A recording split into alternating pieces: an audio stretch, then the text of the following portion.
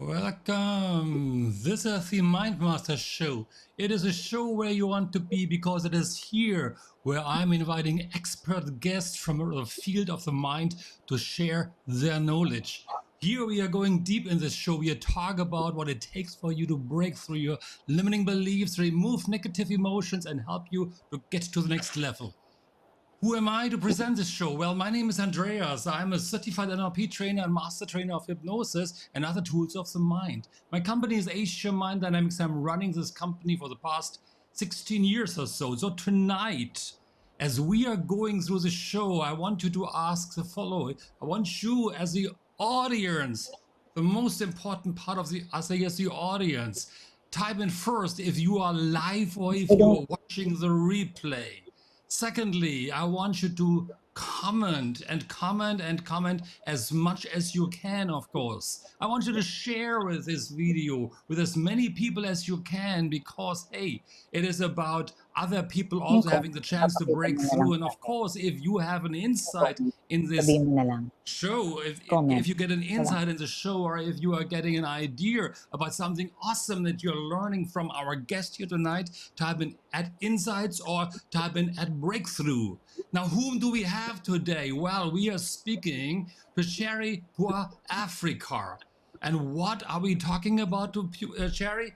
Well, let me introduce her for just a moment, okay? So she has been awarded Asia's most distinguished leader and global women achiever by the World Women Leadership Congress and is one of the most recognized top 100 influential Filipina in the world. Wayo! And a total of 500,000 people have been trained by Cherry, and she has been called Awakener of Awesome People. So let's say hello to her with a roaring hello, and let's give a nice little bit of applause to her. And if you are in the audience, it would be really awesome if you would be showing some nice hello comment as well as much. Say hello to Sherry, and Sherry, over to you. Say something about yourself. Welcome, welcome, welcome. Hello, Andreas. I love your introduction. I love your applause. What a wonderful Thursday night, no? To enjoy this with you. I am so looking forward to our conversation that will hopefully make our souls alive tonight. So thank you for having me here.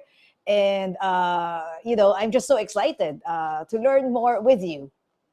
Yes, thank you for being here. Now, dear audience, tell us. So, first of all, Zima is here, Karen is here. I'm such just saying some to you hello already. That would be awesome if you continue streaming in, joining in, ask your questions. Now, our topic tonight is three brains are better than one. And I love this title because, hey, most people always believe we have only one brain, which is up here.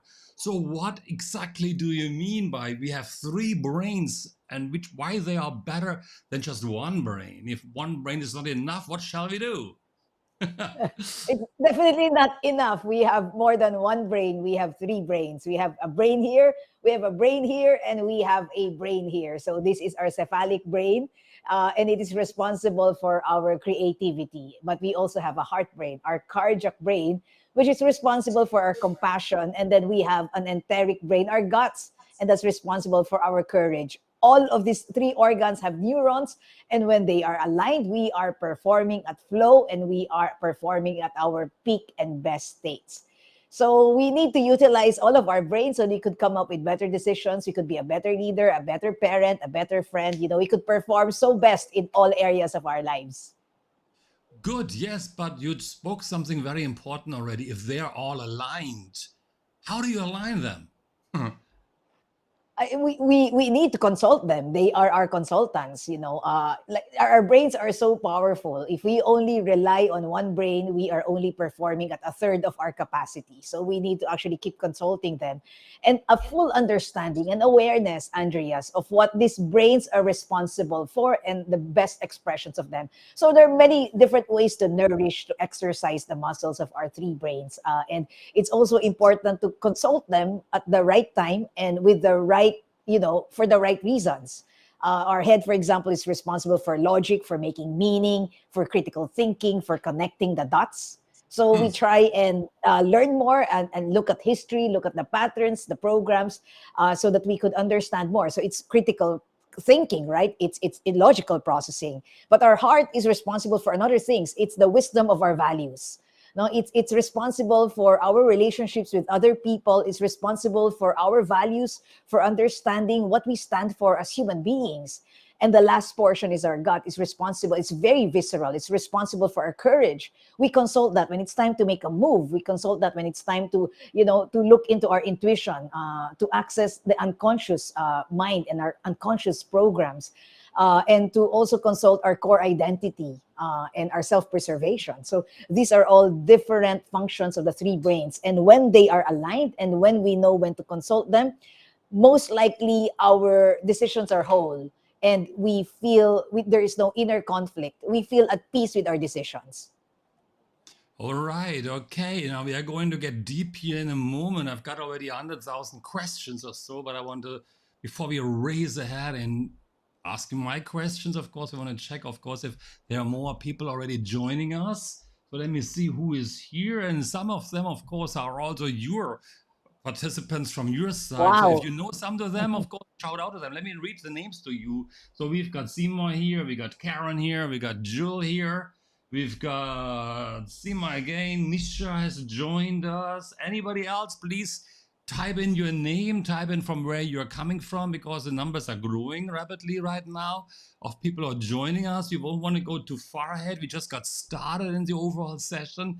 So let's go slow first. We have about 1 hour that we want to share with you, but I think you mentioned earlier as well that you are okay to go longer if there are many questions come up. So if you have questions, please, please, please share that with us. And I had one question earlier. I'm holding them back from my friend once in that I hope surely she's joining. She promised me she wants to join, otherwise she can't get the personal response straight away. So, Jerry, how did you get into this field? Let's just get started slowly. How did you get into this field with regard to understanding that we have got three brains overall? Because I think it's not so much of a common knowledge, actually, isn't it? Yes, I ferociously love studying human beings. I am in the same universe and ecosystem as you are, Andreas. And my first interaction with the brain is, formally at least, is in Singapore and then in Malaysia, because I lived in Malaysia for 7 years, Singapore for 4 years, and I studied human beings and peak performance, and then eventually applied, whatever it is that I've learned in professional organizational development and leadership. So it's just wonderful because, like, there are so many areas of my work where I have been working with people in teams, with leaders, and I've learned a lot of practical applications of NLP. So NLP, we know, right, is the study of our mindset, is the study of the language, our processing. It's also the study of our behavior. The question is, what is responsible for our behavior? Who is actually that, that monkey that's responsible for our decision making? Why do we have complex emotions? All of these questions led to the study and exploration of how powerful our brains are, our consciousness, our unconsciousness, and then there are also, different organs which have different neurons, and these are three brains that, when we align them, we're able to make better decisions. And I have, in my past, running a business, running an organization, running NGOs, and running even my own family, and being consultant for different partners, discovered the power of the heart and the guts to support the head brain that we all know. Hmm. It's overused. Our head brains are overused. And when we overuse it, we're overthinking, we are paralyzed, and we don't act. And when there is no action, what's the use of critically analyzing all of the data anyway, right? So we need movement, and we can't move with our head. We only move with our gut brains. And so it's wonderful to try and learn more about these friendly neurons that's all hiding inside here, right? And make them fly so that we're able to do big things in this world. So I think what you mentioned is fascinating, and I think it's how we expressing it as well in our language, right? When we say, when we interact with people, we are thinking and we're saying like, my gut feeling is telling me something like that, or when we are saying my heart is going out to you. These are expressions, right? When we are coming from the different parts of our body, from the different brains overall, isn't it? Yes, these are all words, exactly what you're saying, right? I call it expressions. These are Mm, all expressions of our brain. When we say, I am at peace in my stomach or in my gut, or I am feeling, fortitude in my stomach, I'm feeling courageous, I'm feeling, I have a soft spot for that person. We are actually talking to different parts of our brain, and I uh, they see. are they are organs for decision making. So decision is not just a function of our logic. When we use logic alone, we are just, as I mentioned, using a third of our brain capacity, and we probably will make weak decisions as a result of that. Right. Okay. You mentioned something, and this might be a little bit out of topic, but some people say we're only using 10% of our brain, which I totally don't believe overall. And now you're saying even Mhm. one third of our brain. So I believe, and I hope you're with me on this, when we always use our brain to the fullest, and they're always somewhat an interlinkage overall. So what would be something that the audience can do to start listening within themselves? Which part, how can they access the different parts and yeah, to get to better decision making, into better decision making processes? I think it all begins with the heart first, right? The heart is is the wisdom of our values. Whenever we make decisions, even very small decisions in our lives, we begin from who we are, from our values. So that is the first organ to consult. Whatever it is, our decisions must be consistent with our values, because True, values are, things that we will die for, unconsciously, true, true, and then true. we bring it to the brain, to the head brain, where we try and connect the dots. We look for patterns in the past. We try and rationalize it. We try to make meaning from all the sets of data that we have, and then we bring it back to the heart. And will my decision affect people? Will my decision hurt people? Is it consistent with my values? So it begins with the heart, it goes to the head, and then it goes back to the heart. We consult it again before, when the heart says, okay, the heart and the head are incongruent and aligned with each other. That's when we go to the gut and move and make a move. That's when we jump off the ramp. That's when we feel safe, because in the gut, there's a question about the core identity. Is this consistent with who I am? Because when we refuse to move, or when we hesitate to move, it is not because the data is not complete. It is because we're feeling that it's not in conflict with who the person that we are. So it Mm. is, shame, for example, self-preservation. When we feel we're going to be rejected, when we feel it's not who we are, when we feel conflicted, it's all in the gut. So the gut will make us move. But when the gut is aligned with the values, and it's aligned with logic, then we're able to move. And then that's not the end of the decision making. We go back to our heart for a final closure. Are we at peace with our decision? And all these things, this entire chronological sequence of decision making, it doesn't have to take 5 weeks, doesn't have to take, it could take 5 minutes or 10 minutes. Mm. When our brains are operating at autopilot, we know that, right? That unconsciousness, we are at flow state, we're able to make, decision is easy. It's not supposed to be hard, right? In this world that's ambiguous, and in this world that's, when there are just so many nuanced and complicated decisions we need to make, we need to be able to consult all the different brains, so that we're able to, perform at our flow state, or at our peak state. Right, let's just ask your audience if they had an experience. I like to describe that usually in a situation when we have all the facts at hand, and sometimes even so we have all the facts at hand, we go about and saying like, I go with my gut and do what Mm, logically the logic would contradict it, and many a times it turns out to be correct, right? So I want to yes. ask the audience right now before I'm going to say hello to them again, if they had if they had a situation when they were clearly logically thinking, but their gut feeling told them something else, and they actually took the opposite decision of what they thought logically. Hopefully, they can follow me all, and then run with the gut, so to speak. And I also think to add on to this one, I think it's a fascinating topic. There's a logical thinking in our evolutionary process came very much in the end, right? In order to survive when we were still prey in the Sahara, or when we were still like thousands of years ago, and we were still hunted by predators. we had to listen to our gut. We couldn't think logically. We had to know intuitively if there are certain areas which are more dangerous than others. Don't go there because there's a wild tiger waiting for you to eat you up. So that's just my point right now. Before we continue, Cherry, let me just go and see who else is here. And some of them are most likely your participants here. They don't want to, my participants don't want to come anymore because they say me too often already. Okay. Let me just see out. Okay. Rita saying hello. Adrina is here. Hello, Yes, hello. welcome, welcome. Sada is saying hello.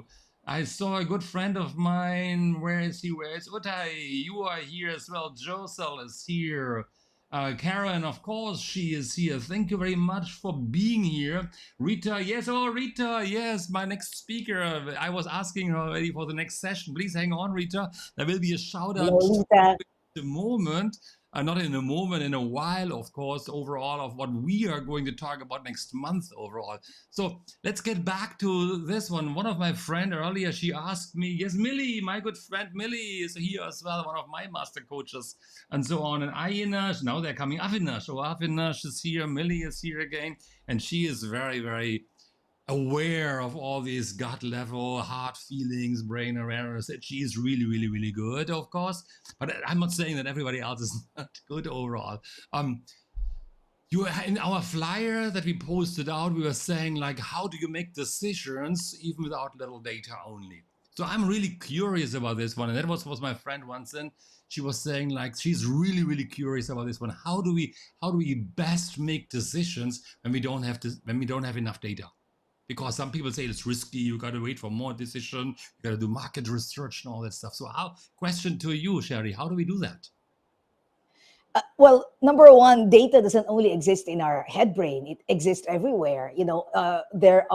There's data in the heart, there's data in the gut, right? And The neurons, of course, yeah. we are so afraid to make a decision based on our intuition. We feel it's reckless, it's irresponsible, and so we're always going to, we could be led by our heart and our gut, but at the end, our human nature brings us back to the head, and we will find all the data to rationalize whatever our heart is saying and our gut is saying, so that we don't feel guilty making reckless decisions.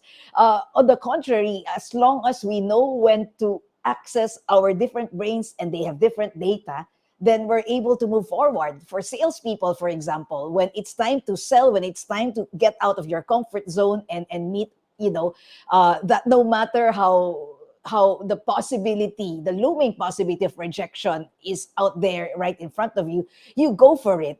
You use your gut brain, you use your intuition. We provide Right. our intuition, our gut data, so much less credibility than our head data. But they're all there. They're all there. It's just a matter of, as I mentioned, we begin with the heart. That's the data. There are our values, our people, and then we go to our head. That's the data, the language, the meaning, the past, our intelligence, our head intelligence, and then we go to the gut, and that's our courage data. It tells us when to move. It tells us we're safe. When we feel safe, we don't have a lot of self-preservation, things that's stopping us. We're able to move forward and forge forward, and But it's so not, it's, it's important. Go ahead, sorry, continue. Andrea. You continue. Sorry, I thought like I gotta have to ask you something. All right. No, go ahead and ask me that thing. Okay. Yeah, I think I'm totally with you on this one. And logical thinking is so encouraged by society, right? It's so the intuitive feeling, the gut level feeling is so suppressed, all right? When we're in school, in education, we are saying like you gotta find the data, you gotta find supportive stuff to information. Don't go with your gut. You gotta think logically before you do something. So what is your take on that one? Our consciousness, right? Our conscious reasoning, our critical reasoning, that memory there, that storage space is so limited, right? We need more gigabytes of that, and it's all stored in our unconscious brain, in our unconscious mind. And it's like, they say, right? We learned a lot about the unconscious mind. It's like a dusty folder, right? There's a lot of data and information that our conscious brains are not able to hold, because it's just so limited and it doesn't serve. We're going to be overwhelmed with so much data when it's, when it's just there. So we try and hide it. We lock it away in our bodies, and it's hiding in our guts, it's hiding in our heart, it's hiding in our head brains. And at some point in time, especially when the situation presents itself that the data is needed, it will find a way to sneak in up front into our brains, so that it becomes part of the decision making. That's how the Mm. unconscious mind works, right? And it's so important for us to be able to summon this, to access this, to listen to this through meditation, through uptime, through downtime processing, so that we're able to have more and complete data to support us. How common is, we often hear that when we go in negotiations, for example, and we hear all the data, and we feel, that's the right thing and this is the way forward, but something is telling us to hold back, not to say yes. It's our intuition, and there is data in that, and we need to listen to that, to respect it more, and to allow that to fuse with all of this conscious data that we have, so that we're able to make better decisions. It's So also it's just a happens. matter of accessing the data that's not readily accessible in our conscious programs. It's also happening, no, when we are when we sometimes talking to people, we get stopped on the street, or we get these strange calls from we do know it's scammers or trying to get information from us. And we have, like, let's say, for example, I believe everybody in the audience as well, most likely, had a situation when we were nearly sold on something, but something didn't quite Mm. feel right. And something Yes. told us, stop not doing it, don't go ahead, let's wait a little while longer. And wow, it saved us a ton of money. Maybe it saved our life overall, our overall existence ultimately. That's happening, right, as Right. well, isn't it? Yes, it's in NLP, right, Andreas? We call it ecology, right? Ecology Yeah. means that it has to be aligned with, and we need to feel like one and congruent. Otherwise, if one of the brains is saying it's not safe, or the heart is saying it's not compassionate enough, or it's cruel, it's not kind enough, and we still, proceed with that decision, we're finding, after making a decision, we're looking back and we're regretting something. It feels like, the decision was reckless, and we didn't consider all the data. So it's so important to know when to access this data, and when to look into that dusty folder and to consult some of the data that's hiding there, because it's Mm. there. We know the answer to that. We have unconscious resources, an unlimited bank of resources that's hidden in our bodies, that we just kept because we will be overwhelmed if all of these data are in our consciousness. So we're keeping it. So it's important to listen to our body, to listen to all of these brains. It's going to provide us the answers because we have inner mentors in us. Mm. So And it's we it's should give ourselves more credit for this. so would it be then right to say that most of the time we are becoming aware of it the moment we have bought something? We are walking away from the shop after we paid something, not necessarily a sneakers or an ice cream or something, but when we made a more significant purchase, and we walk away, and then some feelings inside of us come up. In NLP, we call it the reassurance strategy of how we are dealing with the purchase we've made. Do we like it or we don't like it? And that's basically then our gut level feeling, our heart is communicating. If we are allowed to run out to our friends and say, hooray, yay, I got it. Or do we go away from the shop and we think like, maybe I should have waited a little while longer. Have I been cheated? I should have waited for the next sale to come up somewhere along that line. Isn't it? Right. Yes, yes. In the same way, if we have assessed everything, right? We have assessed all the data, but we want to buy it, but our gut is telling us not to buy it. I mean, there are so many other, uh, when we don't feel, for example, right after making a decision, probably we've missed one data point from one of the organs, and we look back and we learn. These are all lessons, and the lessons are then kept into a folder once more, that's Once more, yeah. readily available to be accessed in our next decisions. All of our failures or mistakes, they are just data points for redirection to tell us that we know more. There's a lot more data that's chucked into us. Unconsciously, we're receiving all of this. uh, our brains are so powerful. We just need to make sure that when we deal with people, we don't deal with people in our head. We deal with people using our heart, right? To be soft on people, to be strong on our positions. The head contains the position, right? And the heart contains the people. When it's time to move, don't think about movement in your head because you overthink. That's, the How do data I is do saying this? enough thinking. Let's do this. Then you bring the level and consult the gut. Are we ready? Are we ready to go there? When we are feeling butterflies in our stomach and it expresses itself in different physiological conditions, it means Hmm. we're not ready yet. It's gonna tell us, hold back because you're gonna get hurt. Hold back because you might die. Some spirit might die. Some decisions or plans might die, and we hold back and we listen to our courage muscles, our courage brain, and find out what's missing in our decision. Uh, and I think it's okay. It's okay to actually hold back a decision if the heart and the gut are not aligned with the head. But what happens when some people say like, I never learn from my mistakes. So you mentioned earlier, yes, we are filing it as a new experience. We're saying in NLP, there's no failure, only feedback. We are constantly learning overall. But some people just don't get it, right? And they're saying like, I messed it up again. I got it again. So how do we deal with that? And what happened in this situation then? We say, right, never. And we pay attention. I think the answer there is very, very simple. We pay attention to our decisions and we pay attention to the consequences of our decisions so that even when we make mistakes, we become a better person. All of our mistakes must be additive to our life and not reductive. It doesn't take away any of our self-worth when we make mistakes. It just makes us better person so that when the bigger decisions, when the stakes are bigger, we are more ready for that. Hmm. The role of mistakes, the role of all of these little decisions is to make us ready for the big decisions when the stakes are big so that we make the right decision. So, I think it's okay to make mistakes.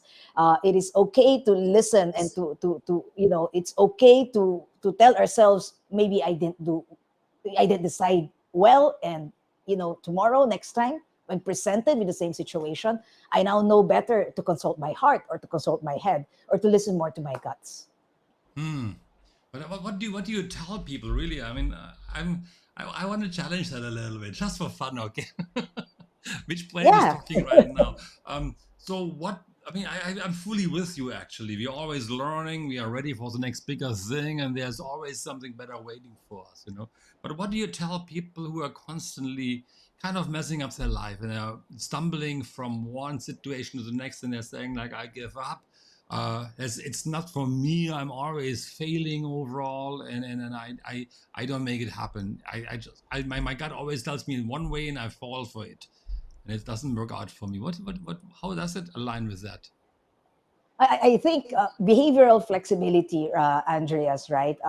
To ask yourself if you've been doing the same thing, over and over again and repeat the same mistakes. We know that that's no longer intelligence, right? Yeah. And so mistakes are meant to make us more intelligent. You take this; these are data points, and so the behavioral flexibility comes in, right? To be flexible in your behavior so that you're able to change your strategies so that you're able to get there. The goal remains the same, especially when you Mm. are passionate and when you feel so strongly for that goal. But the way to go there, more options, right? More possibilities to create more options for you behaviorally, structurally, so that you're able to get to that. So maybe whereas in the scheme of your head, you overthought, maybe in your next action, you probably might want to just feel more or do more, uh, so that you're Listening. able to get to Good your point. decisions faster. So there must be some level of flexibility in terms of how you do things, Hmm. so that you don't commit the same mistakes over and over again. I think you're very right. Some people just rush too fast, and I think where I would go with this one is if some and you say beautifully, of course, that we are doing the same thing over and over and over again. There's sometimes you need to stop, wait, and listen inside of us, taking the time to just take a stop, take a breather, don't rush always, and say like, and start to listen to that little voice inside of us, which I strongly believe is always right, somewhere along that line, but we are pushing it down Mhm. because basically, forget about this one. I go for it. This time I will be right somewhere along that line. Yes, I think as intelligent, Socrates said, "I know I am intelligent because I know that I know nothing." Right? Hmm. At the end, to empty your mind of your biases and to just be open to learning, and we call that the uptime state, right? To just be open, to let your channels be open, and receive all the information so that you're able to become the bigger person, so that you could actually step into this or extraordinary field and flex ourselves in different ways. I think that's the beauty and the brilliance of human power, to be able to step into our power in different ways. And so, it is so important that at times we empty ourselves and we take all the biases out, right? And we charge forward with a different energy. It's just brilliant how we are allowed by this universe to always be able to reboot and do over, right? This is an age of doing over also. Uh, Yes, so sorry. mhm. I see a heart Go ahead, coming go up. ahead. Ladies and gentlemen, really, you have a chance to speak to somebody really, really awesome. Please ask questions, because now you have the chance to ask awesome questions. I have many questions more, but I really want to leave it over to my participants here watching us. And please type in your questions that you do have about body, mind, and gut. No, body, mind, and gut, but brain, the three brains, body, mind, and soul. And I mean, the upper brain, the heart brain, and the gut brain. I'm all over the place right now. Please ask questions to Sherry. So we want to challenge her a little bit, because here's a learning situation for you. I get tons of insights from you. Now, I have you mentioned in our earlier conversation that you are very much specialized in leadership. And leadership, many times, I think times are changing. They're going more for feelings and situational leadership, and becoming more aware, of course, especially if you're in more in the upper management level, so to speak, I think.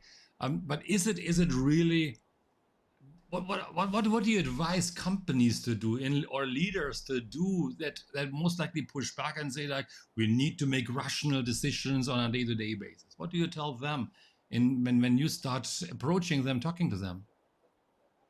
I think to just bring into awareness and awaken the different parts of the body, right? The nervous system. Of course, we don't say, "Hey, you have your heart brain, you have your gut brain," but values, for example, you bring the word values up, because Mm. it is a lot hard, right? Is this consistent with your values, especially with what happened to the world right now? Organizations are finding it important to go back to their structural integrity and their values and their mission and their purpose, right? Purpose driven leadership. Oh, yeah. It's very much it's very much held by the values of the company, and we forget that because we're so focused on making money, on driving profit, on driving market share. We forget, you get to where you want to be, and then you look back and you see that all your people are raising their hands and saying, enough, enough, no more, no more of this, because you just forgot the heart part of your nervous system in your organization, which are the people. And it is so Mm. important that we put a lot of importance also on people, and that's the heart brain of the company. When it's time to actually make decisions, right? Even when you're afraid, for example, with COVID and everything, but you needed to go back to work, for example. How do you harness the power of the gut brain so that people are feeling a little bit more brave, a little bit more courageous, right? You do not anymore, the data is there, but it's no longer this logical data that's important. It's already you need to energize the courage of the team. And so I think leaders right now, Andreas, are starting to also be aware that the command and control type of leadership, right, which stems from the head brain and which is like 90% head brain, is no longer applicable to our world right now. Uh, there are so many young people in the workforce. it is important that the leader need to also attend to the collective, the collective soul of the organization, to try and bridge different generations together so that they could come up with the most brilliant, program and plan of action to drive their businesses. And in order to build bridge, you cannot build a bridge by just head brain alone. You build the bridge by the heart brain. You build the bridge by the gut brain. You go to their space, to their workstations. You go to their level of consciousness to try and understand them. And that requires a lot of humility. And these important traits of leadership are given birth by the different organs of our bodies. Now, what would be your advice if somebody is really interested in learning it and maybe thinks like, okay, I'm very brain driven, cerebral thinking and all that? How do they get started in the first place to really start developing themselves, getting the awareness, getting into uptime along that line? What are the 3 tips you would give them?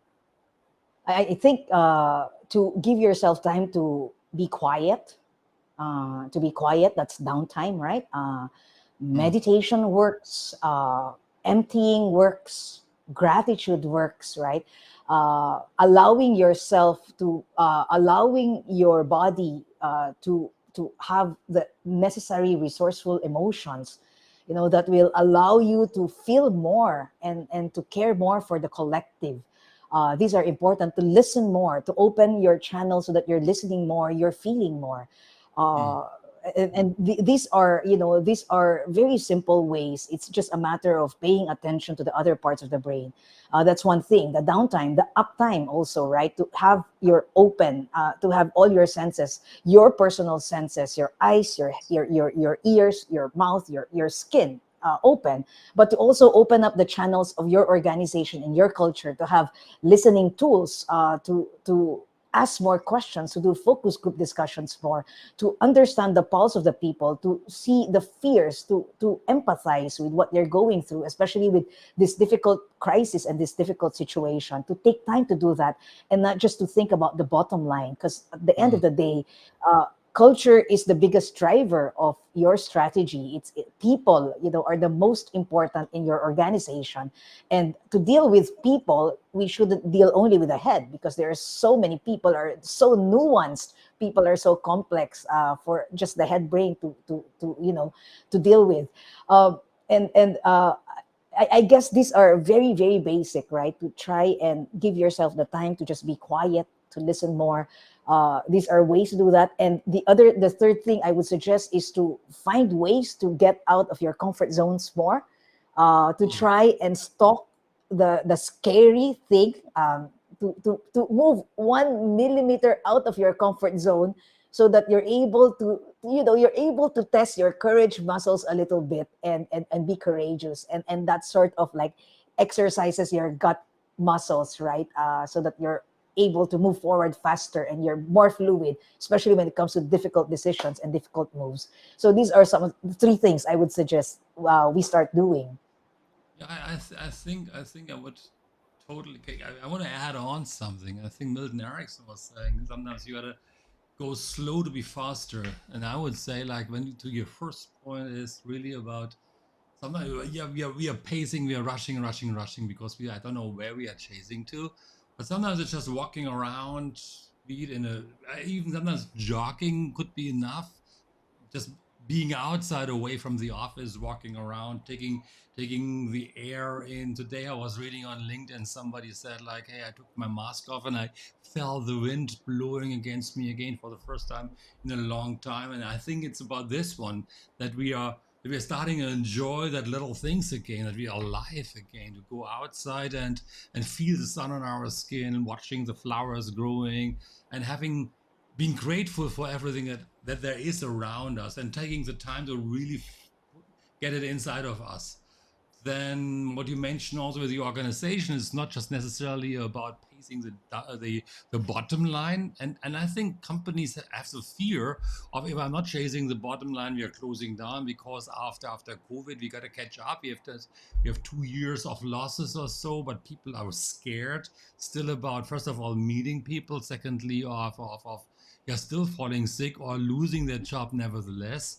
But I don't know if I get the numbers straight. One article was one time saying that CEOs were saying like the best performer only give about 30% of their potential in an organization. And I think it's like because people are stressed out in organizations, we are working more hours than ever before, without even having the break in the organization to find ourselves and understanding what am I actually doing in the organization? What's the purpose of me being there? So I think that is a very important point you brought up there, and stepping out of the comfort zone. When you mentioned that, and I'm just giving what came to my mind as you were talking, it reminded me of, yeah, you said the little steps we need to take to go out of our comfort zone. And Anthony Robbins was saying like it doesn't take a dramatic 100% shift in our life. It can be the 2% of change or the 2 degrees of change, which brings a plane flying somewhere. 2 degrees of deviation from the flight plan would bring the plane to a totally different place overall. So yeah, I think you expressed it very, very beautifully overall. So let me just check out if there's anything else in the group. Okay, Uday, thank you very much. Okay, let me read up what he's saying. Uday is a great guy, you know. He said like reflect on your mistakes and learn how you can do it better. And exactly that's one point. Maybe you want to add on something in just a while, Jerry. Then he was saying like command and control is difficult now. Focus on servant leadership. And I think it's a very important point. And the third one is certain leadership by seeing what adds to your team. You want to add on something to Ute? He's a great guy. He's a wonderful trainer as well. And he's very, very active overall. So you want to say something to this couple of points? Or shall I read it again because I spoke too fast maybe? Yeah, maybe you could read it because I'm blind to the chat right now. So go and help Okay. me read it Okay. again, Andreas. Okay, you mentioned something about control, command and control, and focus on servant leadership, and it links all together to servant leadership. So, what do you think about servant leadership in relation to the three brains? Definitely. I mean, it is so consistent with servant leadership, right? Command and control worked before. It's an industrial age before where, you need to produce and produce and produce, right? Now it's led by people, it's led by ideas and everything. And people will drive the organization, people will drive the results. And so we need to be able to act, to understand more how the human being functions. Human beings, they get scared. Human beings, they love people. They don't live alone, they interact with people. By understanding how we could rev up the best versions of ourselves more, we are able to summon the different brains to help the head brain so that we could be more whole brain leaders, who care for people, who care for the values of the company, who are driven by the mission and the vision of the company, but who know how to make their company succeed, Mm. so that they're able to get the highest market share, the best profit, the highest profit, and who are not scared, who will put themselves out there even in these uncertain times and show up. And that is courage. When you have a leader who's able to, function and access the full powers of the brain, you have a whole organization. We know in NLP, right? Change only happens and change succeeds when it leads to wholeness and choices. We want to make sure that, in our goal to reach a certain thing, we don't break up the culture, we don't break up people, we make them come together no matter how hard the decision is. And Mm. hence it's important to energize the other parts of the brain, so that even if it's a hard decision, even when people do not feel comfortable with the next step, they know that they will follow you to the ends of the earth because they believe in you. And that is Yeah. what transformational leadership is. And so, yes, it's already the end, the death of the command and control leadership.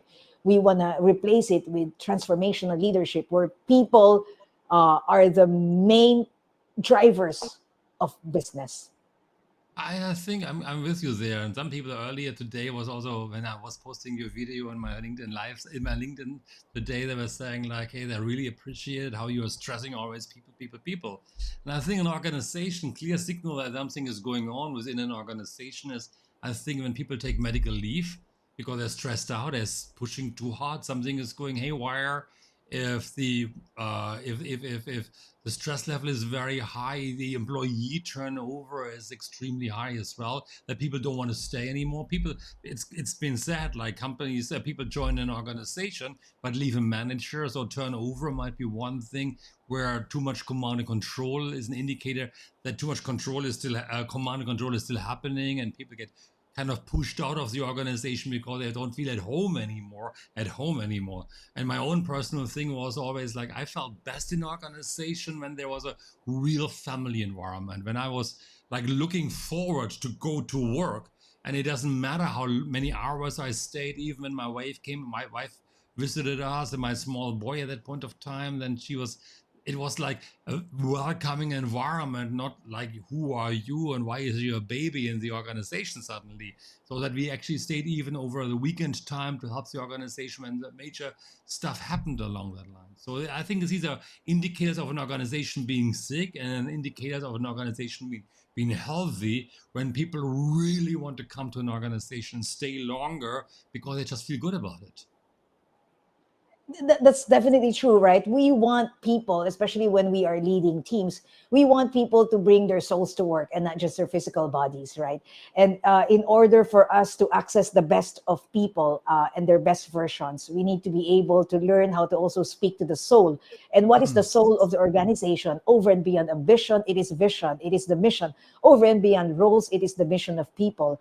Over and beyond IQ, it is the emotional, the energy quotient, the energy of the team. These things we often forget as leaders, because the playbook, when we were raised as leaders, when we were coached and trained as leaders, the playbook said we need to focus on bottom line, we need to focus on profits, we need to focus on the vision, that we forget the soul of the organization.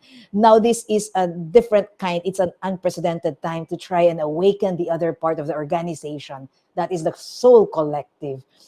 In order to be able to do that, we need partners, we need the entire body, we need the entire nervous system to to kick to just fire up, so that we are able to, as what you said, we are able to make people enjoy work again, love coming to work. What happened last year, Andreas, it's the great exodus, the big quit, right? A lot of companies lost people, and great they resignation. just moved on, they just resigned. I think it's time, it's a wonderful time right now to try and look back into your culture and to the values of the company, so that you're able to build back the organization better. uh, I think you did just start dancing nearly. I saw you doing the moves. um, just go ahead and dance it- away. That's fine by me. I think it's really so you. Um, what I wanted to say is like, just coming to my mind last year, so many companies try to get back to where they were before, do the same old again. And many people wish they could get back to the same old, to forget the last 2 years. But maybe it's really a time to reset everything and take the Mhm. time.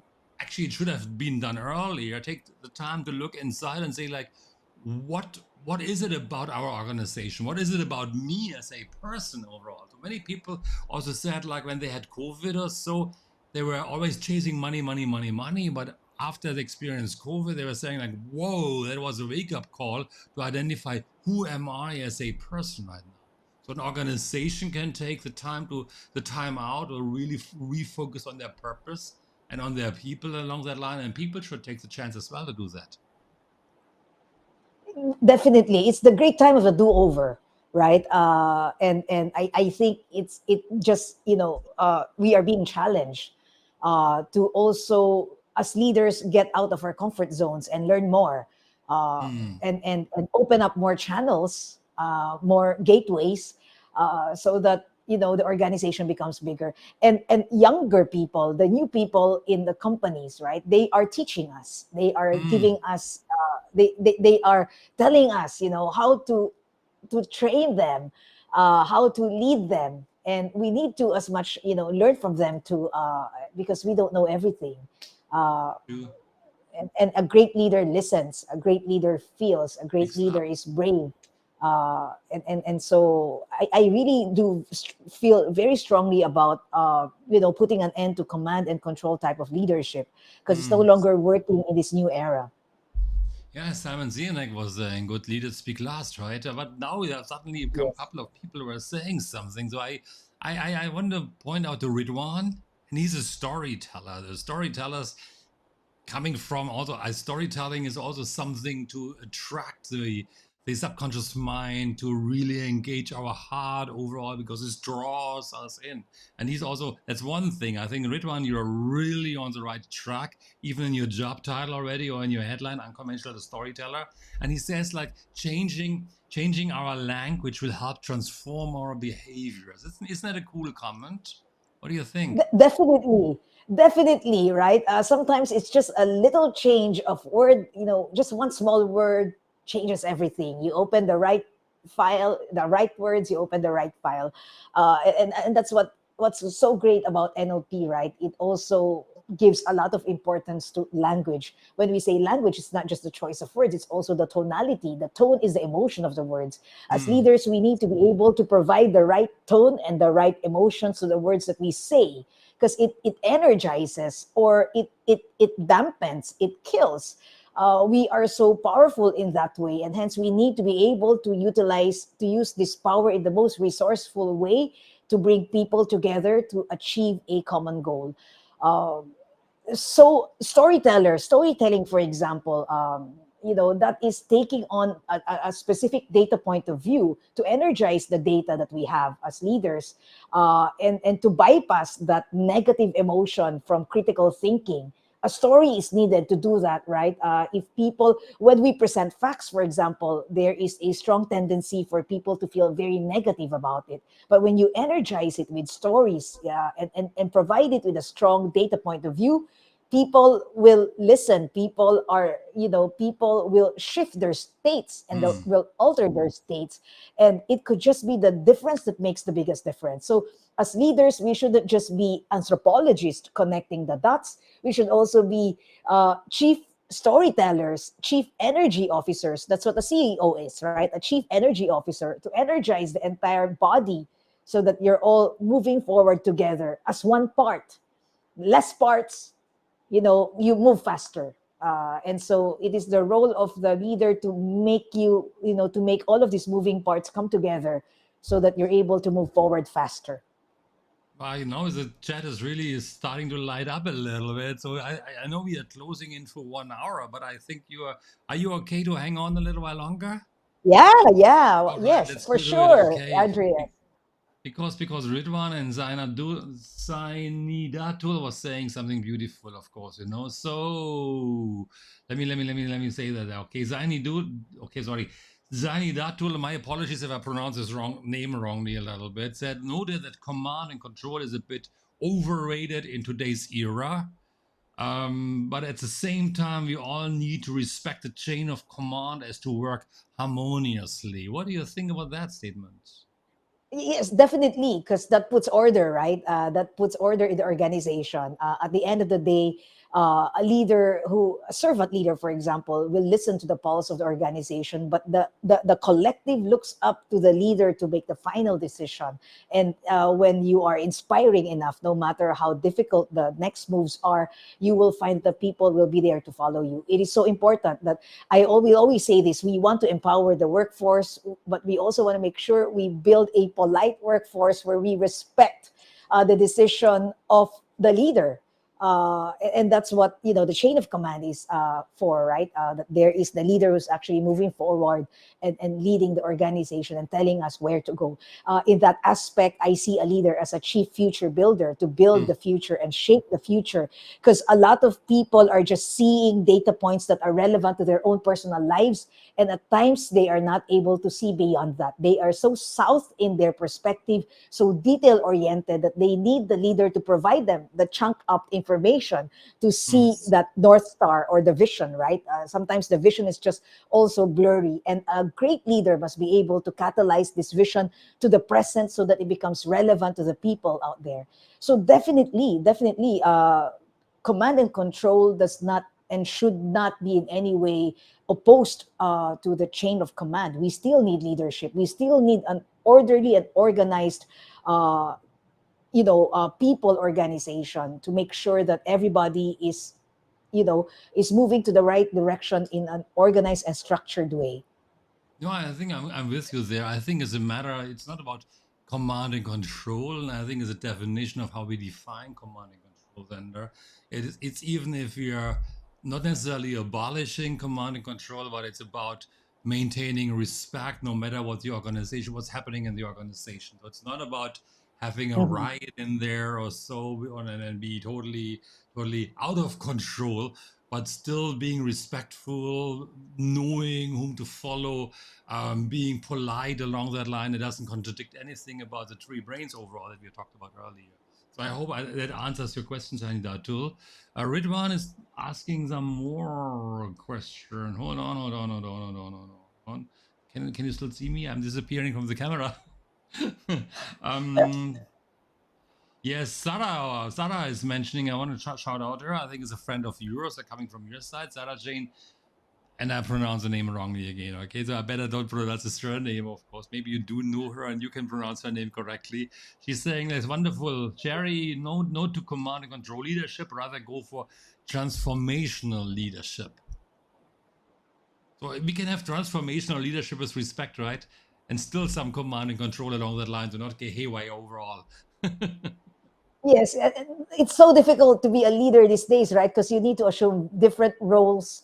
As I mentioned, you need to be an anthropologist, you need to be a future builder, you need to be a chief energy officer, a chief storyteller. But if you're able to do that, right? And I called it the influence compass, where you could move from right to left, from north to south, chunk up and chunk down, depends on what's needed. Then and it's expected of you to grow these skills, then you're able to then get to the desired bottom line, to the results faster. The idea of having three brains and the idea of moving in different directions shouldn't slow down the decision making process. It should make it faster. A lot of times when we overthink, we spend a lot of time thinking. We don't move. So someone once told me, if you are using the three brains, you go to the heart, go to the head, heart, and then the gut, and then the heart again. Doesn't that slow down the process? Maybe in the short term it does, but in the long term it just makes things faster, because the gut brain is that part of the brain that energizes action. Without action, what are ideas for? They become very cheap because they are Hmm. not translated into things. Uh, so Yeah. I like what Sarah said about transformation. When you deconstruct the word transformation, there's the word form there. A leader must be able to change the form.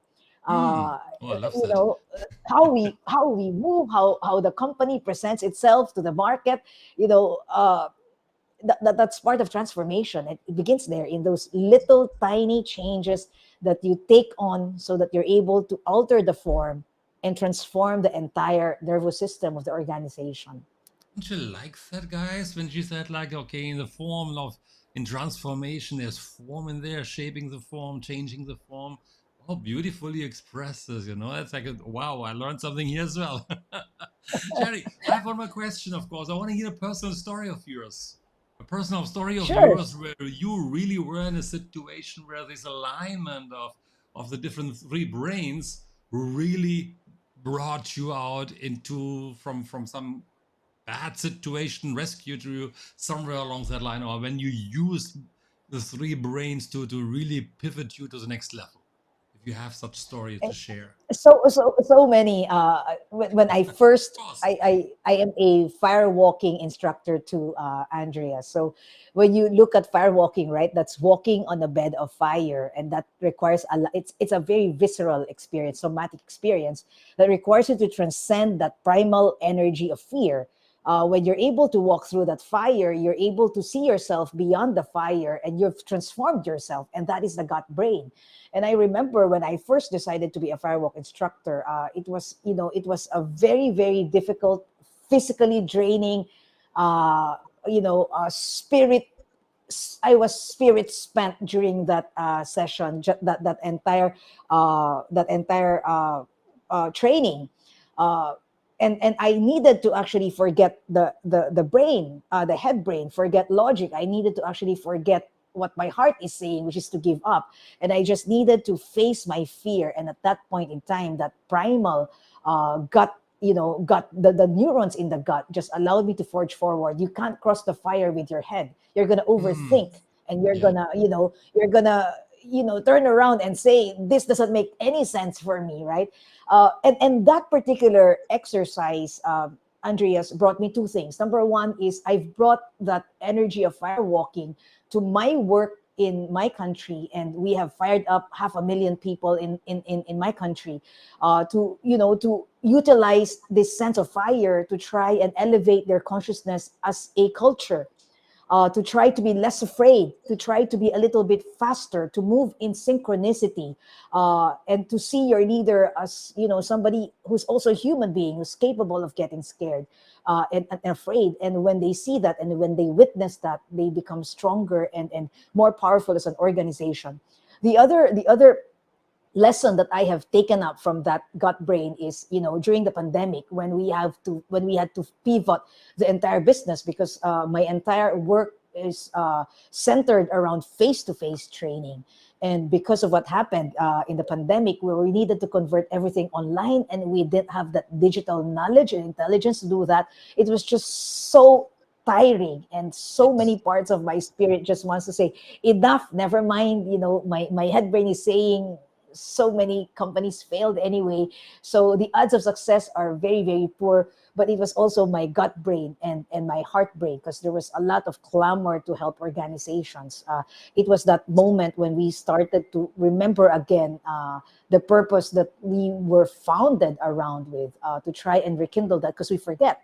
There's a lot of, during good times, the head brain just keeps working and working. The ideas, the ambition keeps working and working. We forget to consult the heart, and we forget to consult the gut. So those were precious moments, and lessons for me, to try and summon the power of the two other brains, so that we're able to build the business again. And I've seen a lot of my decisions not. I've ignored some of the data that's presented to me, and I've learned to jump and to throw myself off the ramp and be braver. Those are thank you to my gut brains, that allowed me to do all these things. Nice, nice, nice. Now, okay, I realize I gotta change something in a moment. I don't want to take too much of your time. Okay, maybe I want to read Yudai's comment to Zani Datul. He said, like, I respect Uday is saying, I respect Zani Datul's point, but I think we should focus on respect each other by seeing them as human rather than leader all the time, so we do not need to follow the system. Wait, that's a deep point. You want to say something about this one, or Mhm. shall I read it back to you again? I, the system, the field, we are, this entire ecosystem, that's so important. And I think uh, the three brains put a lot of respect for the human beings. When I say leaders, I just don't mean leaders, right? It could be all of us are leaders. We are all self leaders. And the first important role of us being leaders is to take care of our own system, that we are ecological, that we Hmm. are aligned, and we are congruent. And hence, the three brains respect, the system. It allows us to, to go to the map and the spaces of other people more, to listen to people as human beings, and not just as, as assets or resources in a business, for example. So I don't see conflicts here. I see that, it blends very well in the story of awakening the best parts of the human being, uh, so that we're able to move with the least conflict, no, with synergy and harmony forward, uh, to listen more to the different parts of our bodies. All right. So now I see you in my main window. I see you a bit of fading in and out. So I think the internet might be a little bit wobbly. Some people say like they are locking off. So I want to give you a I got a flip the cameras in a moment, because I think, okay, you want to talk a little bit about how can the audience actually reach you. So before we talk about Mm. this one, I'm putting the slider up. You're gonna disappear for just a second, and then you're returning back, and then you say how people can reach out to you. So just give me a moment, okay, to click around a little bit. Okay, because now you still see me here, but I don't want to be here anymore. So what do I do now? I gotta do that differently altogether. I'm gonna kill myself off, and I'm gonna put this one on, and I gotta put her in just a moment. I'm telling you exactly what I'm doing here right now, ladies and gentlemen. See, that's how interviews work from one moment to the next. I'm clicking around here, and now we get Jerry back. Yes. Jerry, you're alone on camera right now. How can people reach out to you? Please share with them. How can they reach you best? And yeah, what is the best way to reach you? Through all of those platforms, very reachable. First, Andreas, thank you so much for this chance to have conversations that make us alive again as traders and as expert. I mean, as subject matter, thought experts in a particular in human beings. Thank you so much for that. They can reach me in Facebook, in LinkedIn. We do a lot of work with organizations in Asia, in Southeast Asia, specifically in the Philippines. We've done a lot of work. We also do international conferences. We do we call it the Awesome People Conference. So that's one thing to look forward to in the next few months ahead.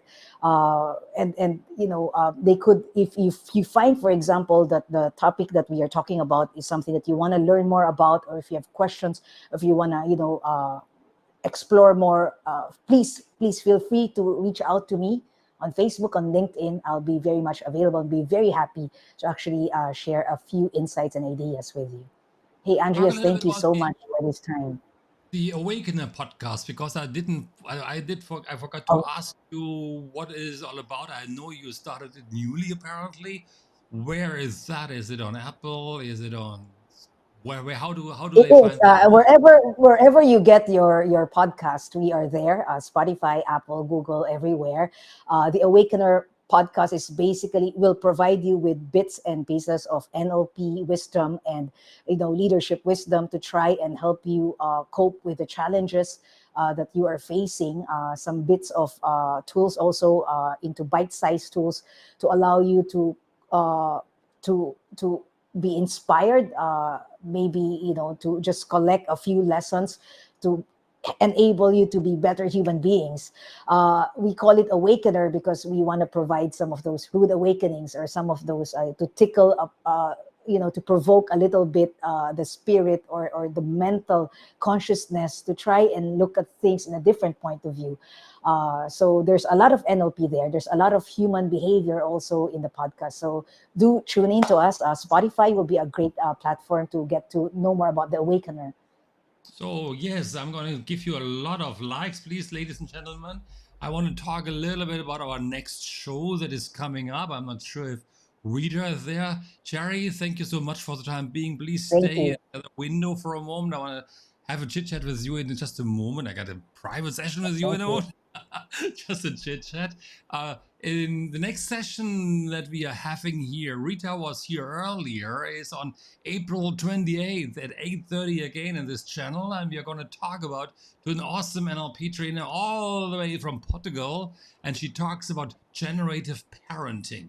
Now, ladies and gentlemen, I do know what it is. Most likely, many don't know exactly what it is. It will be an awesome topic if you are parents, if you are parents to be, if you are having children of all ages. Please tune in. If you want to advise nephews and nieces as well, please tune in to this awesome upcoming LinkedIn live session. Along that line, also, please link up with me on the different channels that are available on my side, from Asia Mind Dynamics to LinkedIn, of course. Join the Mind Master Academy on Facebook. On Instagram, we are available, as well as on YouTube. And otherwise, with this, I would like to thank you all for tuning in today into the Mind Mastery Show. Thank you very much. Create your life and have an awesome night, and is that day, night, day, wherever you are, night, day, morning, whatever available to you. Thank you very much and good night.